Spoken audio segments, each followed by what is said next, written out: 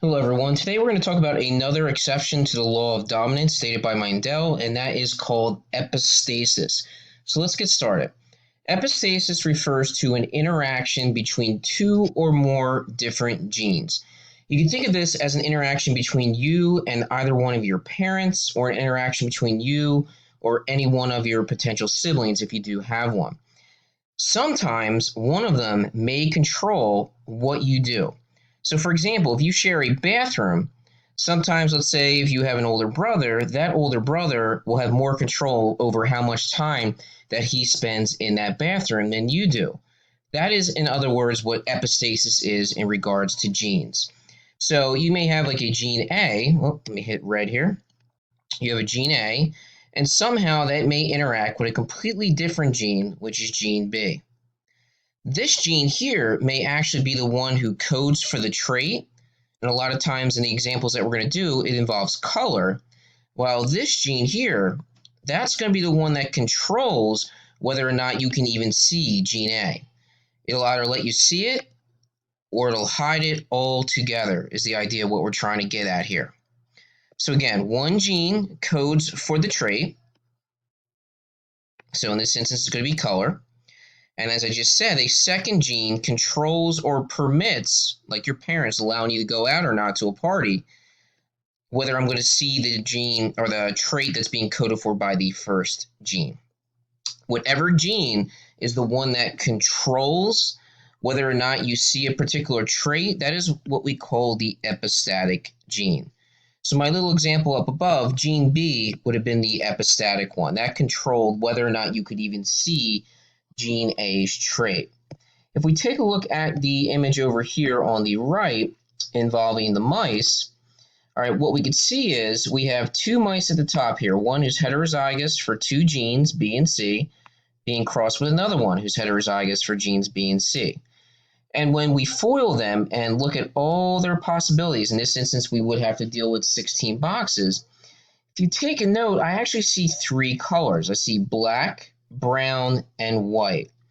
And if I examine the genotypes, what you should notice is this eventually. The ones who are white are the only ones who have fully homozygous recessive C, while all the other ones have at least one dominant C for that second gene. That's telling me that any individual who's homozygous recessive for the second gene is going to be white, which means C is the epistatic gene. All right, so I'm just going to write C over here. C is epistatic. It's controlling whether or not we can see B. And if we look at all of our examples up above, do some different highlighting here.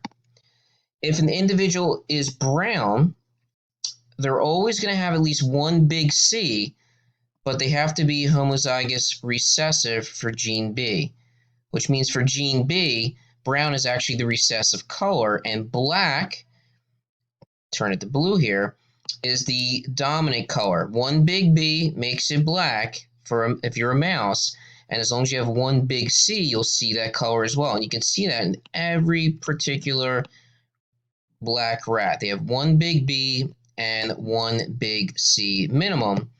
Well, anytime a rat has lowercase c's or is homozygous recessive for the second gene, they will be white.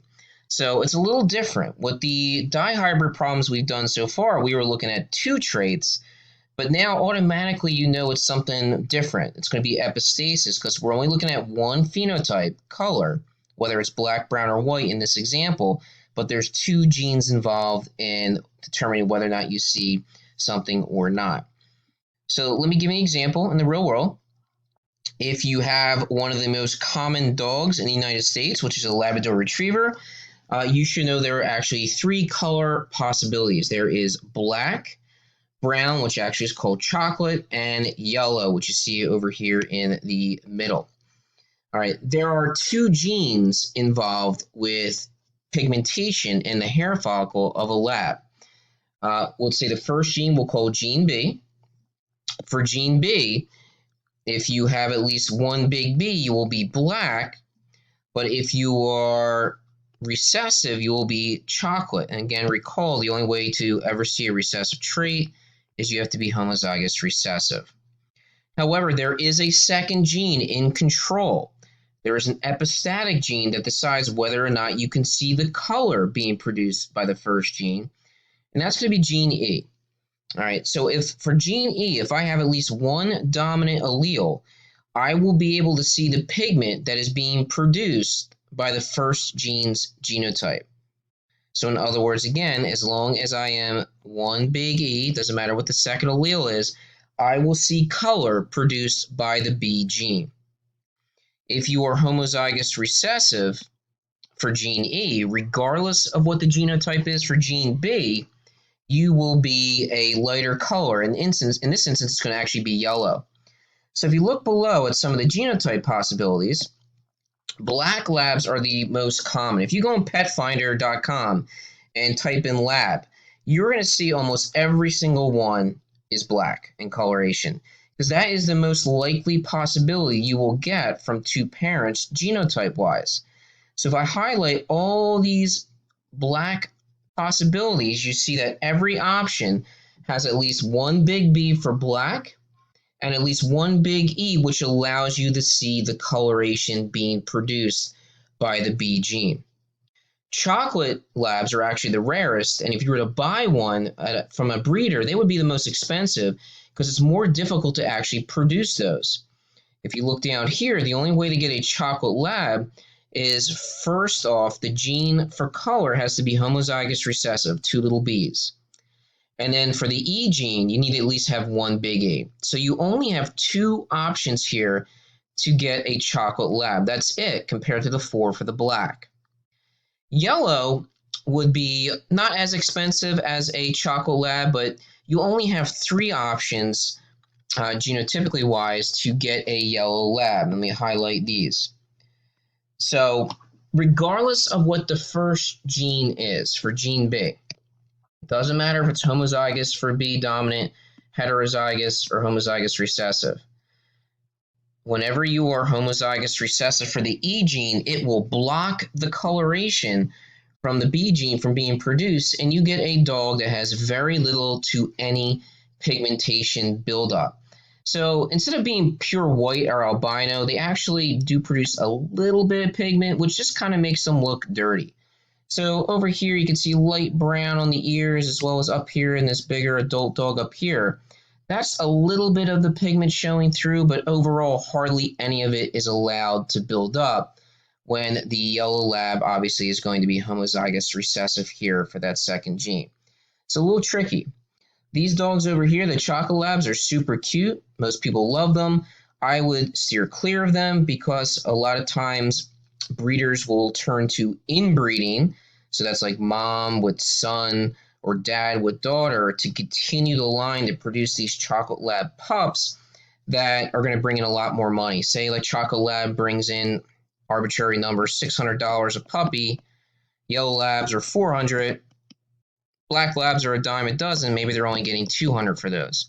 This is the one they want, so sometimes if it's not a reputable breeder, they'll turn to any means they can to produce those labs. So let's work through some problems. All right, so first one here, we have white rats are actually albinos. Rats can also either be gray or black. So I have 3 color possibilities here. It kind of looks like it should be incomplete dominance because gray is obviously a blending between black and white, but in this case it is not. 2 genes are responsible for color. If a rat is homozygous recessive for what we're going to call gene A in this instance, they will automatically be white. So I'm going to make a note down here that if an individual is 2 lowercase a's, they are white automatically, regardless of what the second gene is. For gray coloration, as long as you have 1 big A, again, at least 1 big G, doesn't matter what the second allele is, will give you gray. If you're homozygous recessive for the first gene, and at least, again, 1 big A, you will be black. So let's read this problem here. It says 2 black rats are crossed together. All right, so they're black. What that means is automatically, that's the recessive coloration. And if I can see black, that means that both of these individuals have at least 1 big A. All right, that way I can actually produce an offspring that would show children who are black. these two black rats are crossed together and produce both black, let me highlight this for us, black as well as albino or white offspring. What must the genotype of the two parents be? So again, what you have is this. All right, here's parent number 1, and parent number 2, who is also black, must be this possibility. They are producing offspring who are black. So what that means is down here in the genotypes line, if I have a black offspring, again, they have at least one big G and one big A.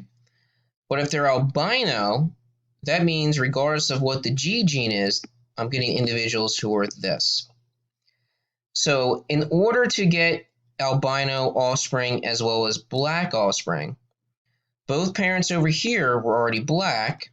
They're producing albino offspring. To do that, each one would have had to have been heterozygous for gene A, which is the epistatic gene. Because in that case, boom, boom, they could produce an offspring who is that. All right, each parent can only give one lowercase g. So regardless, they're going to produce an albino offspring. So this and this are the genotypes that you would write down here on this line for the two parents. Just kind of try to work through it and see what makes sense. All right, if we drag this down, let's do one more problem here together to get you started on your homework. What would be the phenotypic ratio of a cross between a heterozygous gray mouse? All right, so if it's gray and it's heterozygous, that means that we have big G, little g, and big A, little a. Heterozygous for both genes. And that's going to be crossed with a homozygous recessive albino mouse. So it's homozygous recessive across the board, which means by default, it'll have to be albino. So that's the cross you're doing. So let's FOIL this. All right, if I FOIL this first parent here, I'm going to get 4 possibilities. I'm going to get big G with big A, big G with little g with big A, or little g with little a. If I FOIL the second parent, that's super easy. I only have one option, big G, little a. Remember, all these will stay the same. I really only have to do one row across. So let's figure out what these offspring are going to be. We'll figure out the genotype. So as we go through, again, keeping the same 2 alleles for the same gene together, dominant alleles in front, working this out. And now it's time to figure out what these offspring could be so I can get my phenotypic ratio. That's what it wants really down here. So what I like to do is, if I'm working this out on some scrap paper, I go through and I highlight. I already know that any mouse who is homozygous recessive for the A gene is going to be white or albino. So this one right here and this one right here, all right, are both going to be albino. I'm just going to write a W for white. Now, if I look at the first child possibility here, one big G, one big A. Big A allows me to see color. G is the dominant trait, so this individual here would be gray. And then what I have, the other one we haven't highlighted yet, let's pick this color here. 2 little g's, which would make it black by default. It does have a big A, which allows coloration, so this one would be black. So what I'm going to get for a phenotypic ratio, if I write that down below the answer, I'm going to get 2 white rats to 1 gray to 1 black. It takes some time to work out these problems, but what you ultimately need to do is figure out which gene is the epistatic one first. And then you can go through and answer the questions that are going to be outlined in your homework for this week. Thank you very much, and I'll talk to all of you soon.